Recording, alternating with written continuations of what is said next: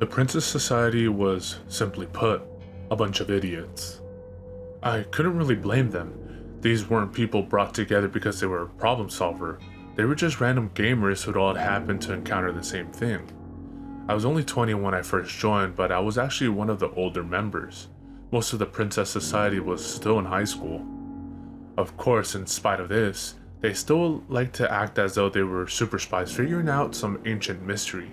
They'd obsess about installing apps to make their board marginally harder to find by search. They'd write up and edit lists of complex rules about how to deal with the princess should you encounter her. One person even took to backing up the board on an external hard drive so there would be a record in case she got us. The fact that we didn't have a damn clue what we were doing was generally brushed aside. What we spent the majority of our time doing was just swapping stories.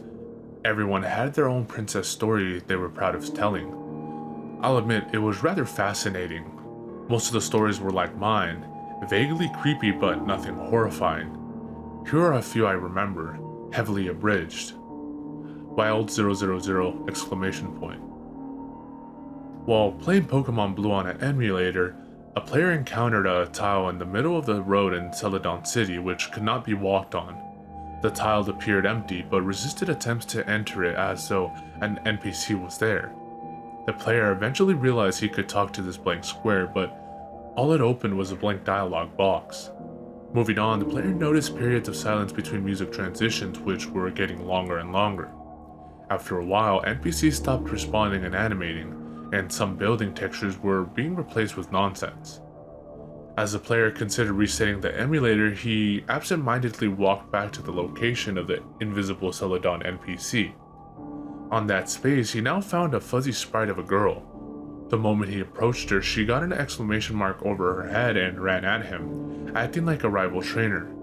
Unlike most rival trainers, she actually walked into the player sprite before opening a blank dialogue box. After a battle transition, the player found himself fighting a wild 000 exclamation mark, with the sprite of what the player said at the time looked like an angel with no face. She behaved mostly like one of those ghosts that can only be unmasked with a sylph scope.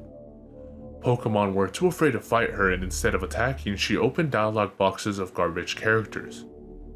Eventually, one of those boxes froze the game on a high-pitched whining sound, at which point the player just reset the emulator. The player remembers that there was a lingering effect on his file from this.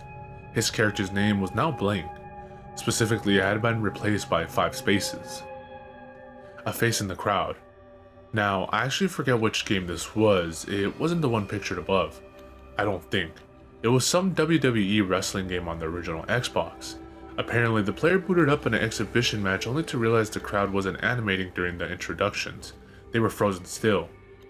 Also, no sounds of cheering were playing. It was just the entrance music and sound effects. When the match began, the player noticed someone out in the crowd. It was a 3D polygonal model of a girl with white hair and a red dress, who stood out immensely because the normal crowd was just 2D sprites. She was actually animated and would turn her head to follow the movements of the first player wrestler. Sometimes she would fidget her arms for some unknown reason. Most of the time, she just held her arms straight out to their sides. Though they both started the match at full health, both wrestlers immediately began acting as though they'd taken a heavy beating, clutching their chests and limping towards each other. Despite this, both wrestlers were suddenly far more resilient than usual, and the match just went on and on. It had also somehow turned into a submission-only match, with all ref features turned off. By the time the player finally forced his opponent to tap out, both wrestlers had pretty much every possible battle damage decal the game could put on them. They both looked like bloody pulps. Once the match had ended, a low droning of what sounded like improperly mixed crowd sounds kicked in as the player 1 wrestler did his victory pose. After that, a menu appeared.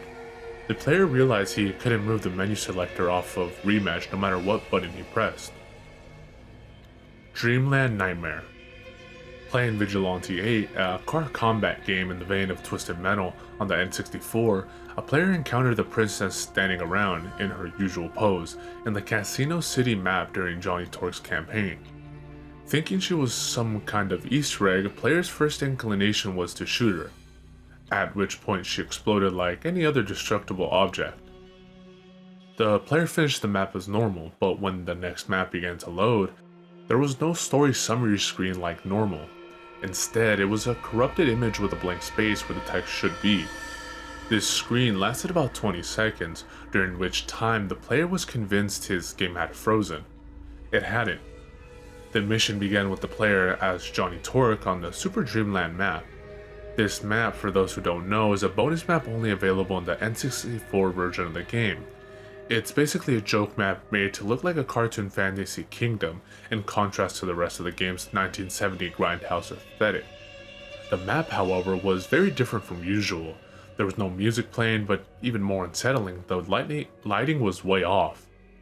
As the player described it, it was night, or supposed to be night, I think. As close as the game could get.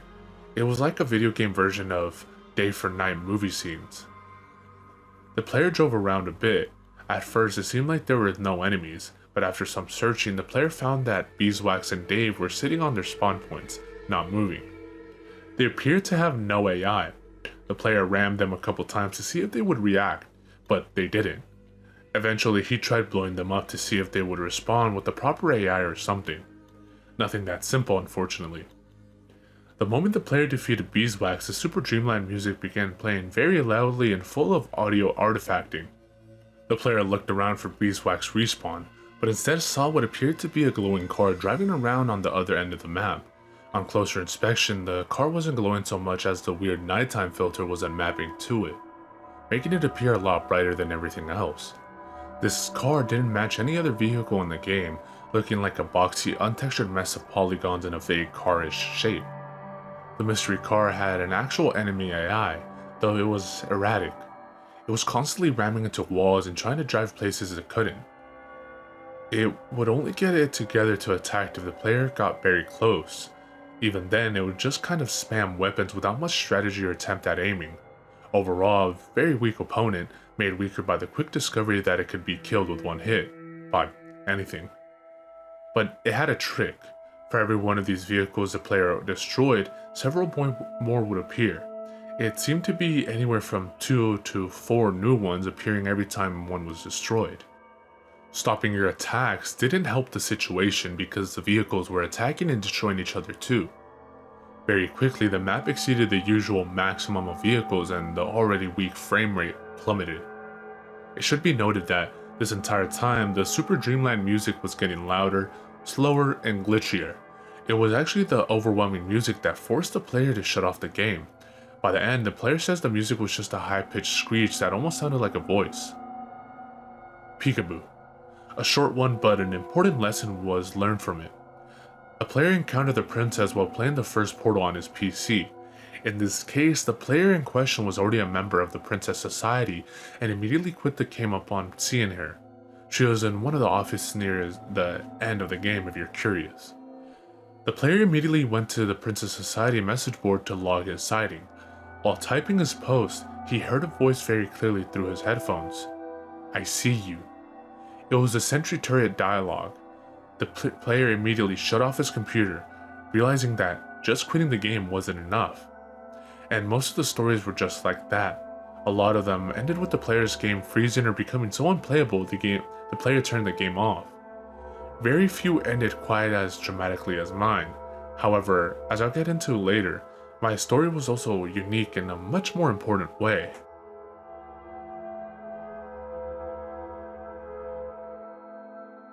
Through the trading and analysis of stories, we eventually worked out a series of rules regarding the princess. These rules were really just constants we noticed between stories. The rules, I feel, were the best and worst part of the society.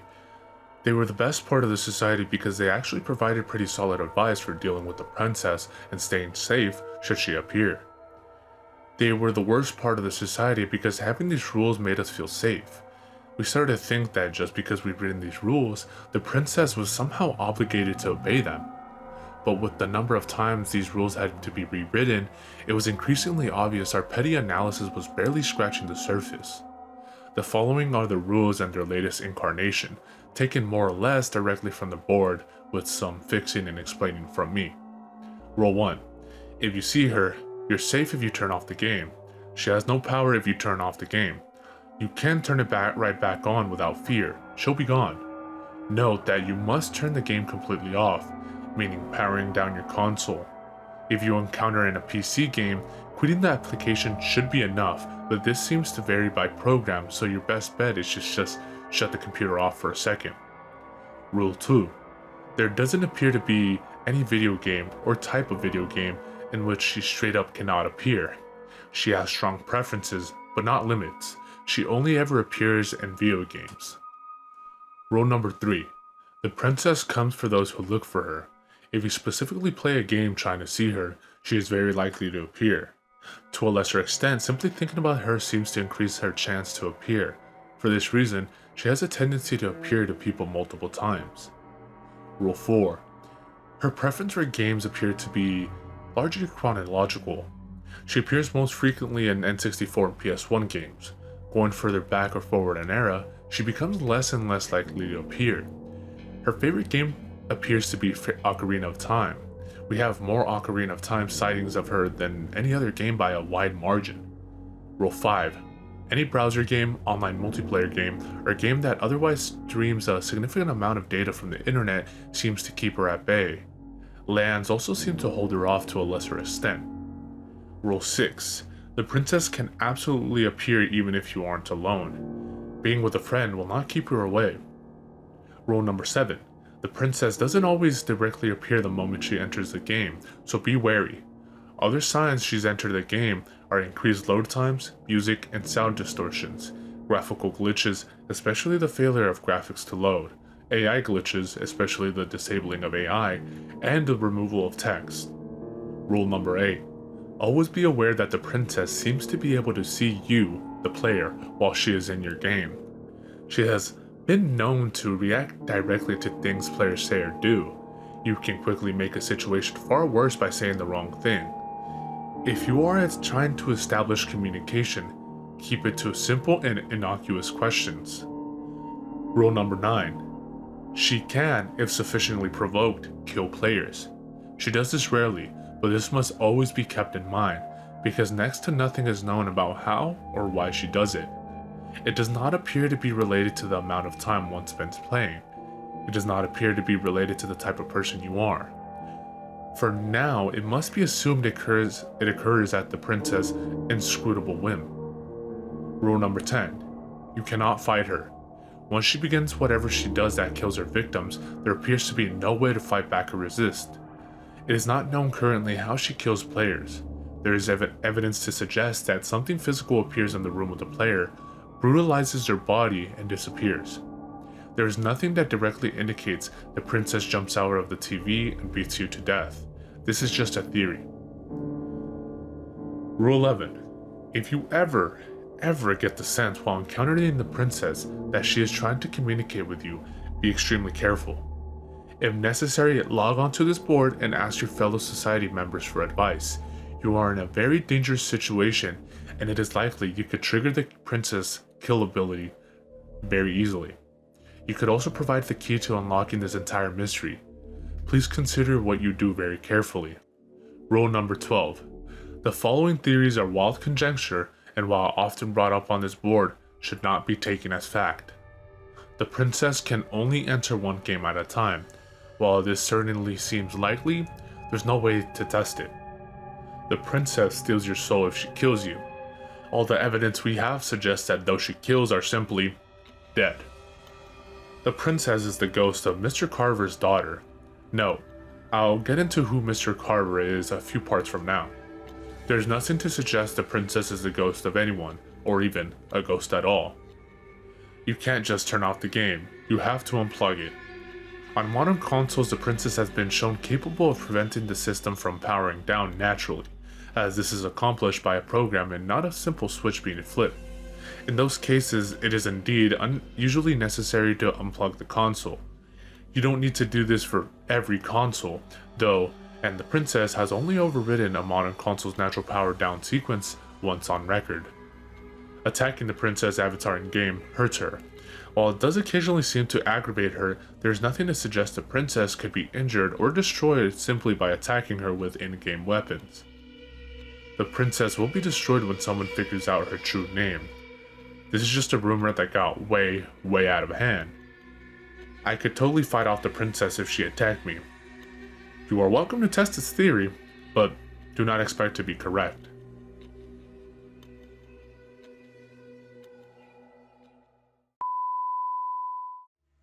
Definitely elevating for the 966. The ill suicidal liable to take titles and make vital signs, but not like no cancer. Answer, there's no chance to advance to ya. Kuya got blazed through ya. The great super science, applying pressure, I desecrate with double O's and bubble foes while I cut you, bro. I juggle flows that goes ballistic, reminiscent of exquisite cannibalistics and a sadistic doctor. My sick shit, notcha, improper.